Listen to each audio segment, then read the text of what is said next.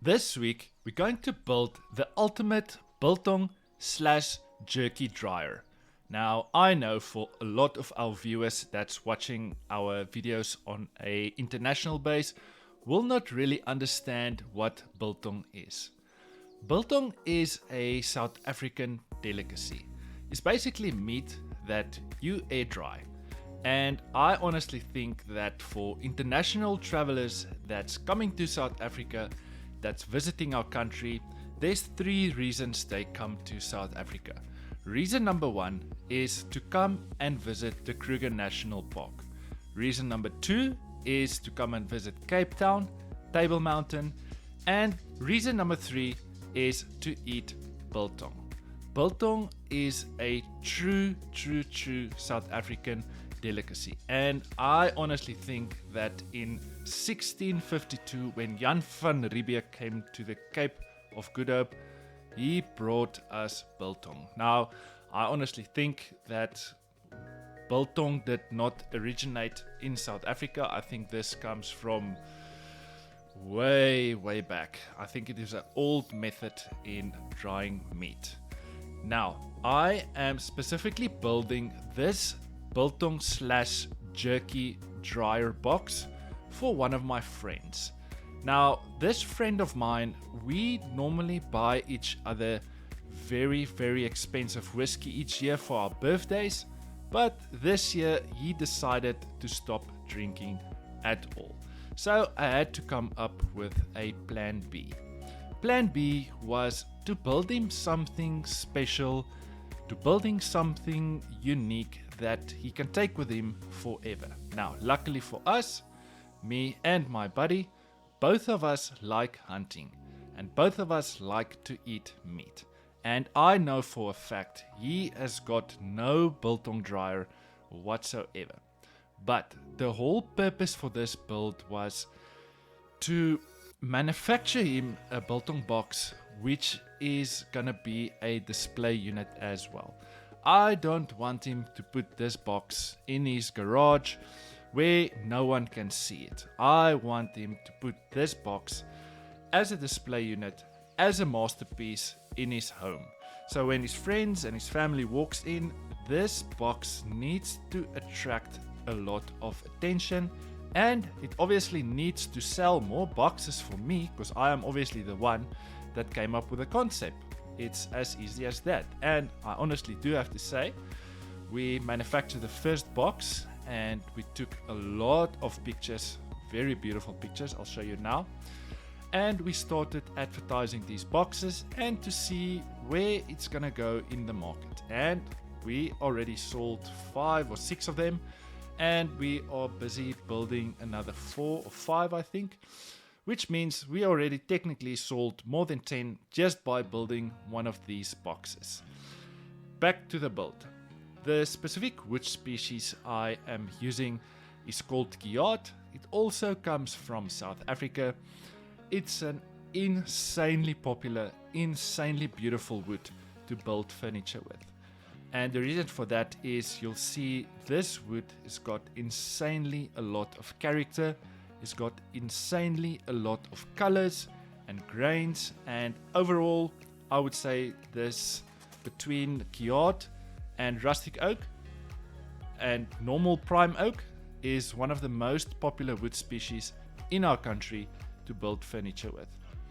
Now, these specific holes we're drilling in the side of the boxes, on both sides of the boxes, we drilled them on a CNC machine just small enough so flies and insects and all those little bugs will not enter the box. And we also do need to remember that we are going to install a fan at the back of this box, which is going to push the air out of this box, because the air obviously needs to go somewhere and it's going to go through these holes. And we also took the liberty with our CNC supplier, which can cut any dimension, any size, any design, and we asked them to cut the side handles for us as well. So the side handles for this box where you're going to pick it up, that it's going to sit flush with the wood. These holes I'm busy drilling now is where we're going to have small aluminium beams on the inside top of our box, where we're obviously going to hang our biltong and hang our droewors and chili bites. Now, I know the next question you're going to ask me is, what is droewors?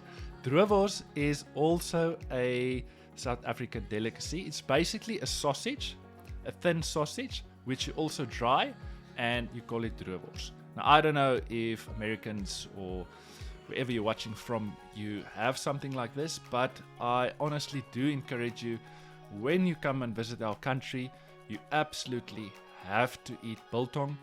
And I personally think you will only find the best biltong and droewors in the world in Pretoria, Gauteng. I won't say we have a ton of butchers that's got the perfect recipe, but I know a few. So if you come this side, you can pop me a message on Facebook and I will direct you to the perfect butcher selling the best meats and the best biltong and droewors you'll ever get in your life. Now, I'm just busy gluing up my pieces of wood, and I've done this in two sections. First the top side and the side, and doing it on the other side as well, and then I glued everything together. I'm using some wood glue and a nail gun. I'm not too worried about the holes for the nails because we are going to close this afterwards with some Kiat wood filler. The box is quite rugged. The wood basically speaks for itself, and the wood filler we used closed the small little pins of the nails perfectly. And to make sure I've got a 100% square box, I'm using some massive speed squares on the inside to make sure my whole box is going to be square once I'm done. Now, I also didn't want to build the box too big, because then it's going to take up too much counter space in my French kitchen. After my wood glue has set, I am going to give my box a quick sand with 180 grit sandpaper. Then we're going to move to 120 grit sandpaper. And where my 4 pieces of planks comes together, on the outside and on the inside, we're going to add some wood filler as well. Now, this is just to basically close that micro gap between the 2 pieces of wood.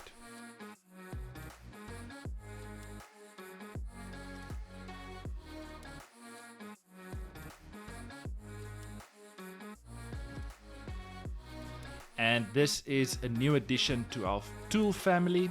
It's an edge sander from Festool, and I honestly do have to say that this was one of the best investments we could ever invested in a tool, in having the perfect flush edge on all our projects. We also use this on our epoxy tables, and I honestly do have to say that you will have square wood once you sand with a sander, because the reason we like it is, if you're freehand sanding your edges, you're never gonna get a perfect edge, because you're never gonna have the perfect angle to sand your sides of your wood.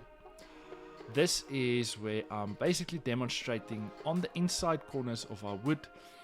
We're adding some wood filler, then we're going to wipe it with a damp cloth to remove most of the excess wood filler and to have a perfect inside edge of our box.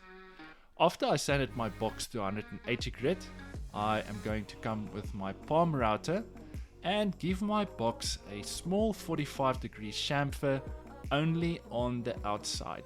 The inside, we are going to use a different technique, which is going to give us a smaller, smoother edge. And I also have the big sander from Festool, but we invested in the smaller one for the smaller projects, which is obviously more user-friendly when it comes to smaller projects. The big route is just too big for this, and it's obviously a little bit more weight as you get to the end of your pieces of wood. Now I'm just busy finishing sanding my box to 180 grit, and this is the method I was telling you about, just giving it a light sand with 220 grit sandpaper the inside edges of our box, because I don't want the inside edges to be a very sharp edge. Just a slight 45-degree chamfer. Minimum. After my box was done, I decided to add this little piece at the back, just for more long-term stability. If the box, for whatever reason, with wood expansion and crimpage, might want to do in cold weather or hot weather, that the box is always going to stay square and it's going to give more stability to my box. Just adding our branding, our signature. This is basically going out with all our pieces of furniture, and we are super proud of our brand. Oiling my box, we are going to use Odie's oil. I absolutely love using Odie's oil. In one little bottle, you have an oil you can use for indoor furniture, for outdoor furniture. You can use it for your leather products, and it's a food degradable oil in one little bottle. That's what I love about this oil. And you'll see me applying this with a sander on a low RPM. Basically, the way I see it is that the vibration of the machine basically massages the oil into the wood and into all the little grains. And we love using this method, and applying Odie's oil by hand is no more for us. Absolutely not. And check this corner. Boom, it broke on the first attempt, and we had to come up with a plan B to drill into the perspex, and I'll show you guys later how we done this. Back at my friend's shop, which has got the CNC machine, we are going to add the side handles for our box, which is smooth aluminium. I think this is going to give it a nice look and finish to the box. And you'll see on the top of the box, we accidentally drilled into the biscuits. Now, just checking that all the wiring is going to work before we add it into the box. And you'll see the box is turned around now, so we are working on the top side of our biltong box. And we cut with the CNC machine a groove on our top piece of timber, so you don't see the LED light. And it's also quite critical that inside this groove you don't oil, otherwise the strip for the LED is not going to stick to the wood.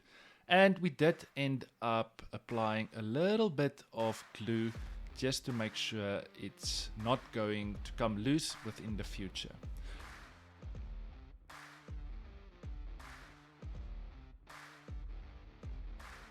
So this is the back of our box, and as you can see, my friend, the CNC expert, we already pre-cut with the CNC machine all the holes that needs to be drilled through the perspex into the wood. And we went with a smoky frost finish at the back, which I think looks beautiful. If you're going to look at the box from the front, you're going to see the wires and maybe the wall at the back, but I think we just decided to go with a frost, which I think looks absolutely beautiful. Now, just fastening the perspex to my box, it's also critical that you don't drill too hard, otherwise the corners are going to break.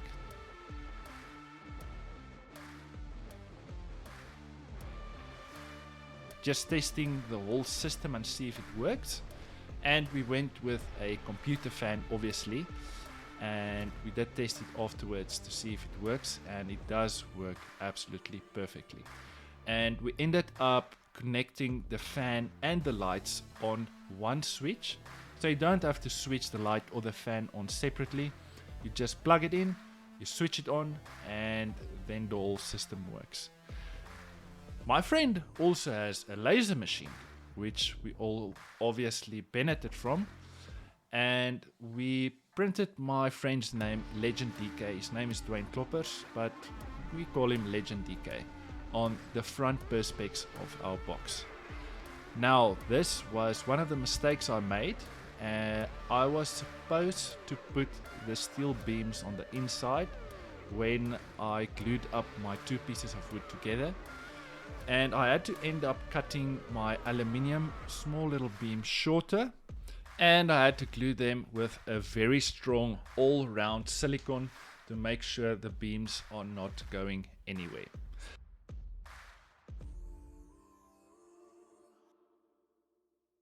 This is the front panel of our box, and we welded 20 by 20 square tubing steel.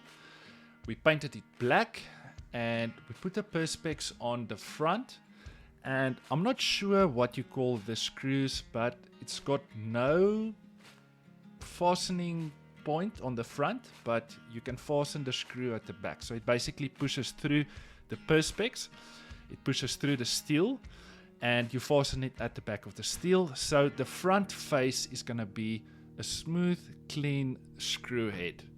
The next step in our project, on the inside of our steel door, we're going to add a one-sided foam which only sticks on the one side. So when we're going to close our steel door, that between our steel door and our wood is going to have a very good seal, so there's no air that's going to come out there.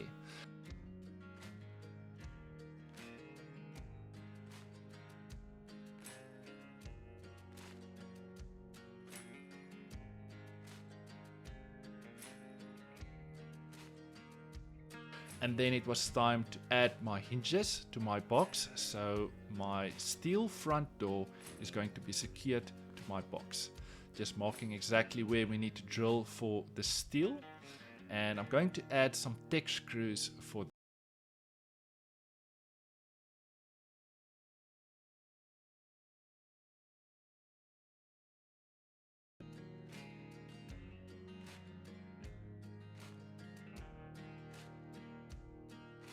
And on the side of our unit, we added a small little clip to make sure you can manually clip and unclip, seal the box, so the front door is going to stay closed. Now just testing the box by adding some smoke inside to see if there's any leakage in front of the door.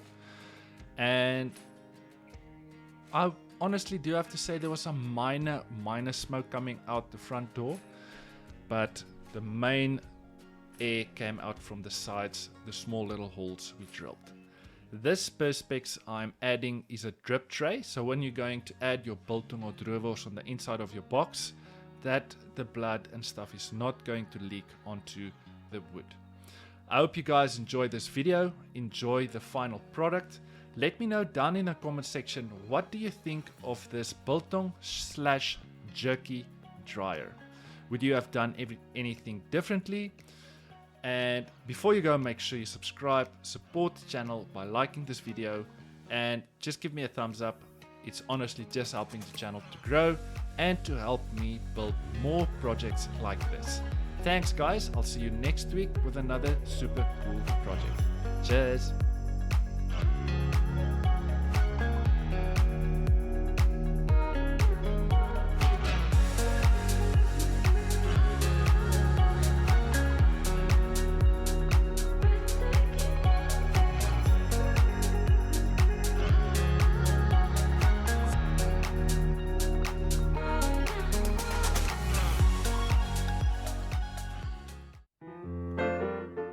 We've been building epoxy tables for many years now, and we are finally going to share all our methods and techniques with you.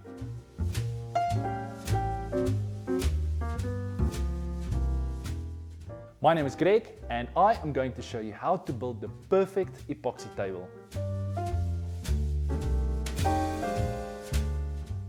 I'm going to show you all the tools you need, exactly how to use them, and show you some tips and tricks down the line.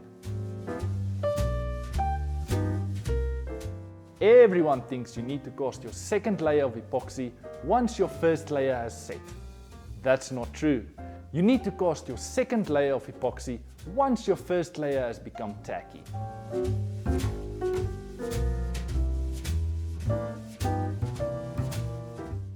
This masterclass has been designed for all woodworkers, from your beginner all the way up to your experts.